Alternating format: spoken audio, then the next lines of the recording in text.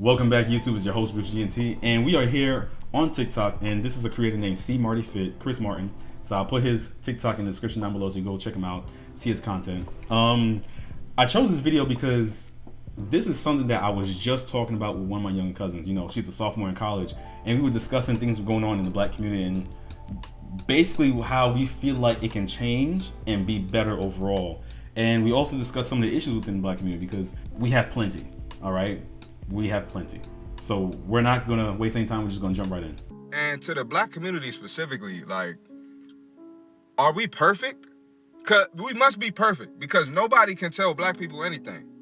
If I get up here and I preach to the Black community, it's, oh, you hate Black women, or you a Uncle Tom, you a Sambo, you supporting whites. Like, nah, bro. If someone's saying something to shine light on an issue in the community that can probably improve the community, what's the problem? If Dr. Umar said, and y'all know y'all love Dr. Umar, I don't know why. You know, he does say some legit stuff, but I give you that. If Dr. Umar, you know, shines light on an issue in the Black community, y'all got a problem with him. White people can't do it. Black people can't do it. Who can do it? If a Black woman do it, y'all call her a pygmy. Who can do it, bruh? So, I mean, y'all mad at Charlie Kirk, and he did say some wild things. He did spew some wild stuff about the Black community. We ain't gonna sit here and debate that. That's not a debate. So before he jumps into this next part of the video, because he has like a minute left, so I'm pretty sure he's gonna talk about something different. He's not wrong. He's not wrong. When I say my cousin and I were just talking about this and saying how, and I was just telling, I was like, yo, would I get called? Would people call me because of things that I say and how I try to hold the Black community accountable for certain things? Not Uncle Tom. No, someone did call me Uncle Tom. Uncle Ruckus, I got that one recently. That was kind of crazy. It's not a wrong thing to say because it's the truth. And her and I were just speaking about how no one can say anything. White people can't say nothing because guess what? They're gonna get called racist real fast. Black people can't say anything because Uncle Tom, Uncle Ruckus, and he's very much right when it comes to the women. Be a Black woman, say something about the Black community, they're gonna call you a pygmy. I don't know how that relates because I don't know how calling out the fact that marriage rates have dropped in the Black community significantly in comparison to the other races. I don't know how that's making someone a pygmy, but sure, go off. One thing I will say is that I'm not too sure about when he said that people didn't like what Dr. Umar said whenever he shined light on the issues within the Black community. I found that more often than not, people didn't have an issue with him when he did because he always had a habit of pandering, right? And whether or not you agree that pandering is an effective way to communicate with people, he did it well, and not many people had like a critique about it. I say it time and time again on my videos, Black people like to throw stones that hide their hand, all right? They like to act like this shit don't stink. They like to make it seem like, oh, we may do it, but they do it as well. And it's like, okay, but we're not talking about them. We're talking about us. We're talking about our own community. And if we can't sit down and take like an honest look and go, you know what? The things going on around us right now are not good, then I don't know what we can do. But let's continue. But I think his intent was, you know, just to speak the truth. That's all, you know. And the truth doesn't always feel good. Like, for instance, when he brings up the Black on Black crime, you know, people don't realize, like, yeah, we do unalive each other more than any other race unalives us. It's a fact. Is it comfortable to hear? No. But y'all hear him say it. Now y'all talking about he hate Black people. It's a fact. It don't matter who say it. It's a fact, bruh. So the Black community specifically, we just too sensitive, man. And because you don't like what someone said, you get online and start celebrating their assassination. At the end of the day, we all Americans. We all human. You're sick and you're evil. Like, this shit is crazy, bro. I never thought I would see something like this in my life, man. And it's sad, bro. Y'all do y'all thing, though. I'm surprised he said that he never thought he would see something like this in his life. No offense to his brother right here. I guess you weren't paying attention. When Luigi Mangione, right, did what he did to that CEO, I said it from there. I said, this is scary because a lot of people, people make jokes about things. Okay, cool. That's fine.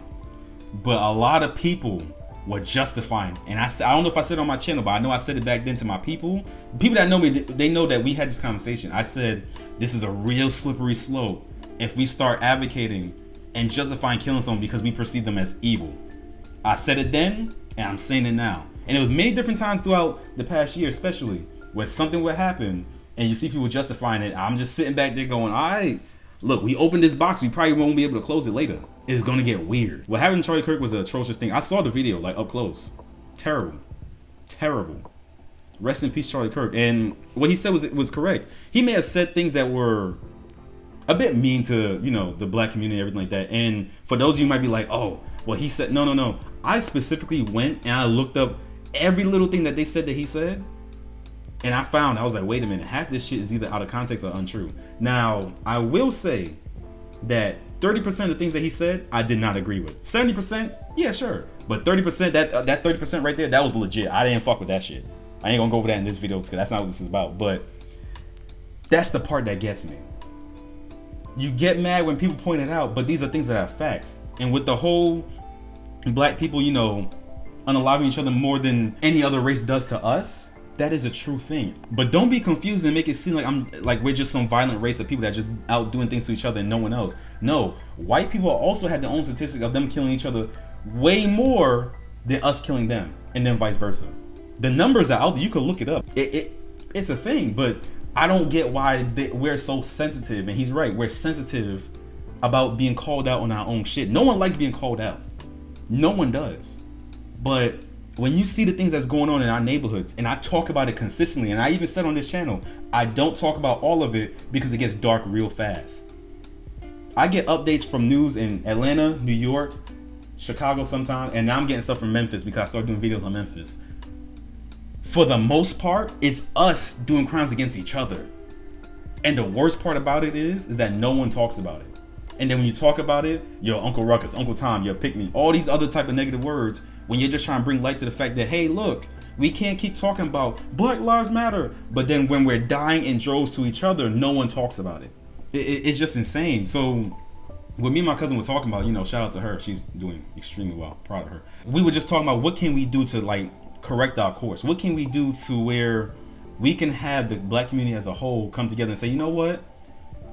They're not saying these things to hurt us. They're saying these things to draw attention to it so we could try to fix it and be better. And like I told her and like I told my other people, when I hold people accountable, it's not out of like spite or hate, anything like that. I'm doing that because that's love. I love my people. Times I don't like them, but I love my people.